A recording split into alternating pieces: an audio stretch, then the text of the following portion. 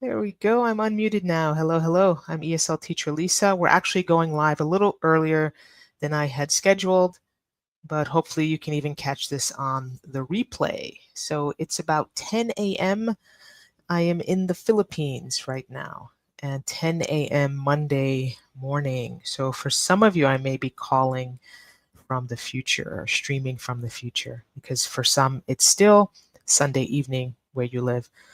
So in the comments, let me know where you're watching from and are you raising bilingual kids? So this will be the focus of this live stream. How can you properly raise kids to learn both languages? And there is a method that has proven to work effectively, and I'm going to take you through all of those steps and give you a couple of resources to help in the process.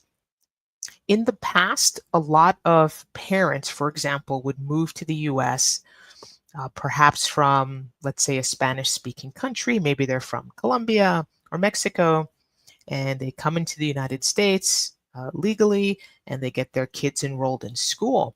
And they would often tell their kids, don't speak our language at school, speak English, learn the language well. Maybe the kids spoke a little English or they were put into ESL classes, and the parents would really restrict them from speaking their language.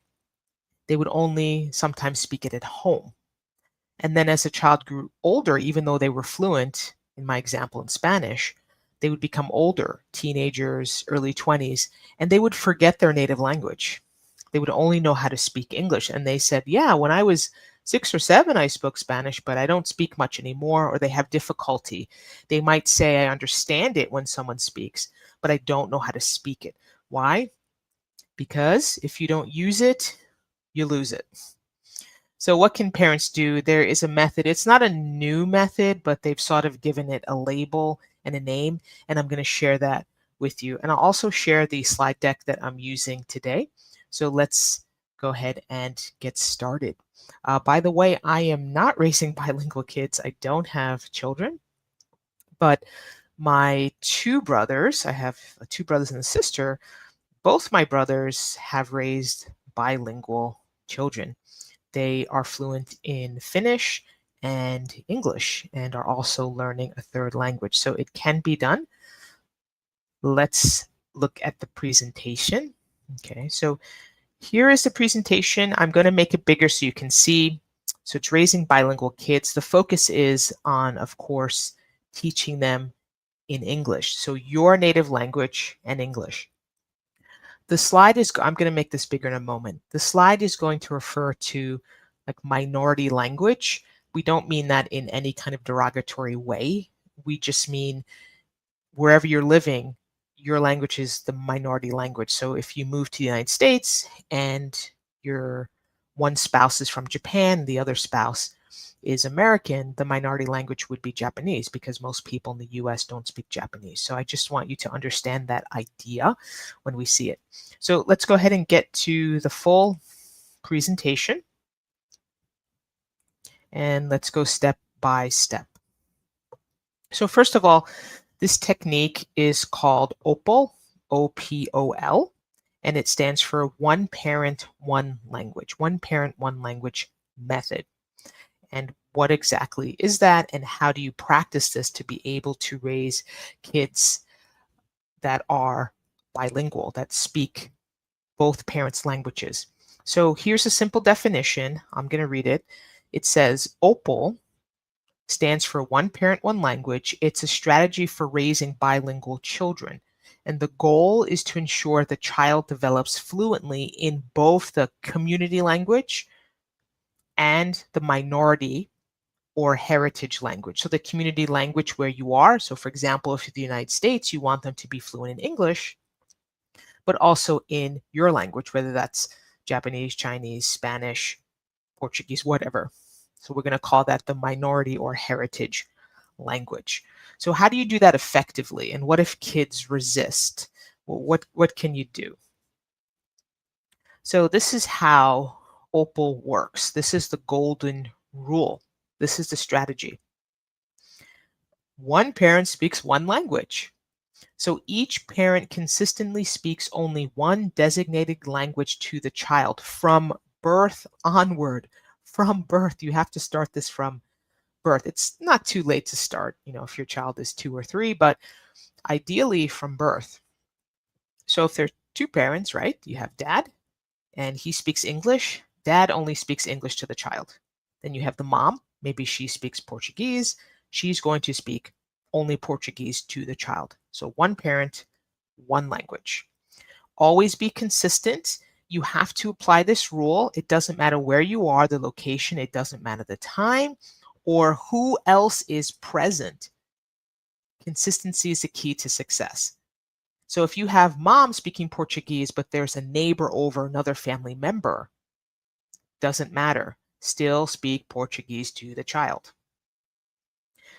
So here's an example. We have an example here. Parent A always speaks Spanish. Parent B always speaks English. And this does work. Why OPOL for ESL families? So number one, you can still strengthen the minority language. So this method ensures that the child receives sufficient input in the heritage language. You can also preserve heritage and culture. So you should know language is not just about words and vocabulary, it's deeply tied to identity. So your child could lose part of their identity if they don't learn to speak your native language apart from English. They could start to lose their identity because we know language is not just words. It can help them connect with their family members, culture, and history, especially if those family members don't speak English. And then this method helps with clear language separation. It helps the child distinguish between the two languages, reducing confusion as they learn. Often I will hear that, oh, isn't it hard for young kids to learn when they're young? Both languages are going to be confused. We'll talk about that in a minute. There's something called code switching with kids that kids do. But to help this clear separation, if you have one parent speaking, for example, Spanish, one parent speaking English, it does give a clear divide. It does give a clear divide. Let's continue. So the key is consistency. And again, I'll share the slide deck if you want to go over, if you're really serious about implementing this. This does work. So consistency can be challenging, but the first key is to set firm boundaries. What does that mean?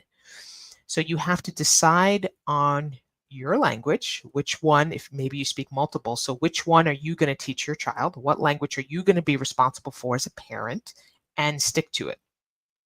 And don't, this is challenging for some parents, don't switch languages just because it's easier in the moment. So if you said, okay, I'm going to teach my kid my Japanese language, and then you get frustrated because the kid didn't fully understand, oh, I'm just going to switch to English. If you keep doing that, that's what causes confusion. Try to stick to the language that you chose. Next one is to make time for input. So you have to have quality time speaking the minority language. You should be speaking to the child a lot in that language, especially if the child spends most of the day in an English environment. So for example, if you're in the US, you send your kid to school, he's learning English, speaking English all day. He's at the point where he's fluent. His friends speak English. Nobody speaks Japanese. So when he comes home, guess what? He has to hear that Japanese language. So that one parent that chose Japanese as a language to teach the child, they have to keep speaking Japanese. And then be patient and persistent. It takes time. It takes time to learn a language. Don't give up if the child responds in the majority language. Simply repeat your response in your language. Well, what does this mean? This means if you speak Japanese to your child, like for example, what do you want to drink? And the child, you say that in Japanese, and the child responds in English, I want, Coca-Cola. Don't get upset. Don't get mad. Simply repeat the response in Japanese. So then you would say, oh, I want Coca-Cola, but you would say it in Japanese so the child understands. Okay, right. I have to say it in Japanese. So it's a nice way of letting the child signal them to respond in that language that they're learning, in that minority language. Okay.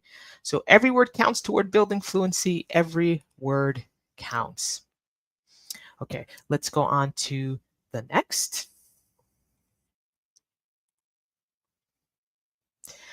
Now, this is interesting. Addressing language mixing. So a lot of parents are concerned, like, oh, are they going to really learn? They're going to get confused mixing the languages. It's normal for bilingual children to mix words from both languages, especially when they're young, especially when they're really young. They stop doing it as they get older, but when they're young, of course. And this is just a little graph here. On the top, you have the normal development. But what we're doing now is adding in language A and language B. So there's an overlap. So that's why there is some language mixing. It's called code switching, right? You have code switching or mixing. So the child might say a word in Spanish, but they didn't use the correct English word. So they might respond again in one language or partly in one language instead of all in the language. So don't worry about it. It's just normal. It's very typical. So there's typical mixing, but then when you're adding again, you're adding this overlap of language A, language B, plus the normal development, you are going to get what they call code switching. Don't worry about it. But how do you encourage the children? I know it's kind of small. Again, I'll make the slide deck available. I'm just going to read it because I know it's small here on the share screen. Just acknowledge the message. So if your child is responding in the wrong language, just repeat the sentence correctly in your language. So if they were supposed to respond to you in Chinese, then you need to repeat the sentence in Chinese or whatever language. Avoid showing frustration. Don't get upset with them or correct them harshly. Wrong, wrong. Or you should have responded in this language.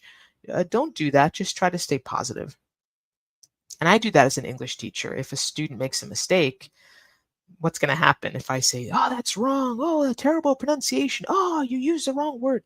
Like, you don't want to do that with children. They'll be discouraged and they'll shut down and they won't want to learn your language. So just try to be positive and be patient and just increase the exposure to that minority language or your heritage language. And I'll show you a couple resources to do that.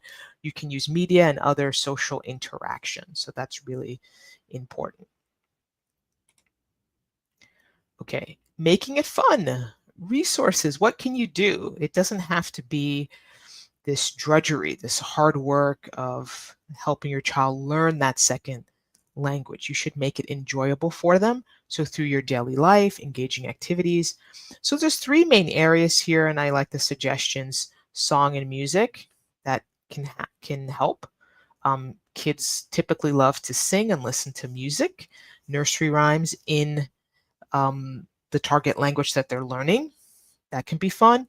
Books and stories, read aloud. I have a read aloud channel I'll share with you. It helps them not only to read, but also language development. You'll be surprised how quickly children learn language through videos. I have a friend here locally. I think she's 9 now, 9 or 10, and her English is near perfect. And her parents didn't teach her. She learned through videos. Both parents speak English, one not too great, the other a little better, but her English speaking level is above and beyond her parents. And it was through video and stories and reading aloud. So that's really, really helpful. I have Lisa's Story Corner where I read stories in English and it teaches a lesson. So check that out. I'll share that with you in a moment. Media and shows. Allow time for them to watch cartoons, kids shows in the language you want them to learn.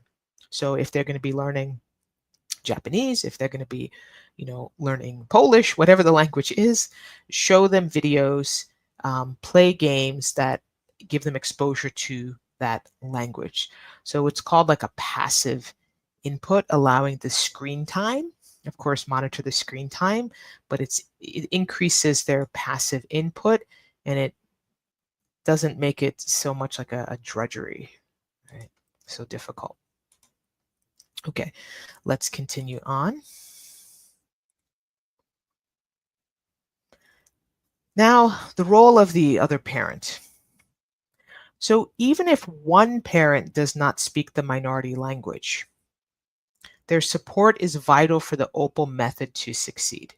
So you've got two parents, and let's say, again, just for the sake of the to create an example, one speaks Hindi and one only speaks English. So the English speaker doesn't speak Hindi, they only speak English, but one parent speaks Hindi.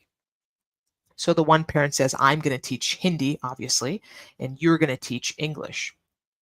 But what if, for example, like the picture of the father and daughter, let's say they're having a conversation, in Hindi. What does the other parent do? Oh, I'm left out. I don't understand. Don't interfere. Let that exchange happen. So, what you need to do is active encouragement, show enthusiasm for that language, for the minority language, and praise a child's effort. Oh, that's great, little Johnny. It's so good that you can talk to dad in Hindi. It's great, little Susie. Keep it up. Wow, your Japanese is getting better. Have active encouragement. You can catch up with the other parent what was talked about if it's that important, right? Usually it's probably not that important, but if it's about decision making or something you should know about, obviously then you talk to your husband or wife about what was spoken about. But in the moment, let the child continue in that language. And the second point here, understanding and respect. So respect the OPOL parent's language choice, even if you don't understand the conversation. That's what we talked about. Don't worry if you don't understand, just let the engagement happen. And then the last point here, cultural involvement. Participate in cultural activities and traditions associated with the language. So that could really help. Are there any little activities that you do or things that are traditional in the culture that can get your child excited and you can all get involved in? And that really helps create this positive learning environment.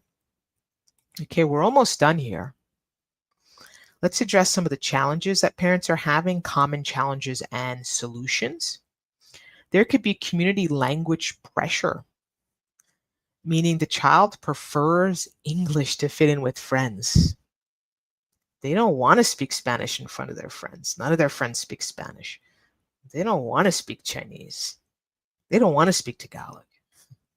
They don't want to speak any language other than English because they want to fit in.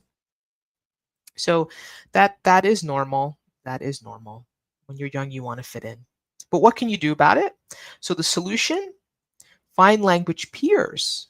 Then maybe have them connect with other families who speak that language. Set up play dates for them, community groups. So don't pressure them like in front of their friends. You must speak this language. I'm speaking to you in this language. If their friends are there, just find them a better setting where they can practice the language. Family gatherings. This is a challenge. Grandparents or the relatives only speak English. So maybe you're in the US and one speaks Korean and one parent's American, they only speak English. And all the relatives in that country, in the US, only speak English, they don't speak Korean. What do you do then? What do you do then? Here's a solution. You have to explain the method to family members. Explain what OPOL is, what the OPOL stands for. Oh, we're doing one parent, one language. Tell them and tell family members so that they understand the need for consistency. So, just going back to the example I just gave, if the one parent responsible for teaching Korean in front of family, they're asking them, at this family gathering in Korean, what do you want to eat, son? And they're saying it in Korean. You should not have the other family members interject. Like, oh, speak to him in English, or he doesn't understand you. They need to stay out of it. But if you explain to them what you're trying to do, then you don't have conflict within the family, or at least less conflict. So explain the method to them so they don't under, get surprised at what's going on here. Why are you speaking Korean to the kid? We only speak English, or he doesn't speak Korean well. Just let them know that you're doing this OPOL method. It really does work. And then finally, You can do it. You can do it. So here are the key takeaways for your bilingual journey. Be consistent, stick to your designated language always. Mixing is normal. Don't worry about the code switching that we talked about. It's part of the process. Your kid is not going to be confused for life. It's not going to mess up his brain. He will learn to be fluent in both languages. The earlier you start, the better. And then keep it positive. Make language exposure fun and engaging. And I do want to read this sentence. I know it's a little small. I'll share the slide deck as I mentioned, but I'm going to read it word for word down here because it's really important. Raising a bilingual child is a gift that offers lifelong benefits. Embrace the journey. It's really important that they be fluent in both languages of the parent. Yeah, absolutely. So I'm going to share a couple resources with you that you might not be aware of. And one of them is called Night Zookeeper. So I'm going to share that with you now. So that's called Night Zookeeper, and it is to help children with their reading. Let me go ahead and share screen. Okay. And I'm just going to go over it briefly.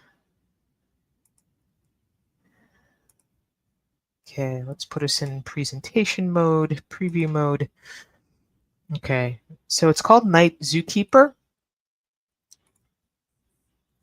And it is a web-based product. It's also on mobile, where the context is around animals and night zookeeping. There's a lot of materials, and it's even available again on mobile. And so it's a really great way to have the students or your children interact. I'll just go back through it again here. So it makes story time fun. There's a 7-day free trial, so you can check it out for free for 7 days. I already have the link below in the description. And so what's nice about it is it makes reading fun. So they can practice reading, writing, describing. It's like language arts in English from 6 to 12. This is for 6 to 12-year-olds. There's a ton of material that you get. They even give you some free material to start. And again, it's also available on mobile. So it makes it really fun. Okay. So that is one. And then, so that's called Night Zookeeper. Let me share with you the other one, the other resource. So I'm going to go ahead and share that resource for you. Some of you don't know that I have Lisa's Story Corner. So I'll go ahead and put that up. There we go. It's a YouTube channel that I created made for kids, so there's no ads that target kids unfairly, so you don't have to worry about any kind of strange ads coming up. It's called Lisa's Story Corner. Then I read a lot of original stories. I have about 22 videos, so I just started this not too long ago, but I have 22 videos. So not only do I read the story, I also try to engage the children. So I just put myself in these different things, like Sal's soccer dream, can he join the team? And so we have realistic images, but also then we go and read the story.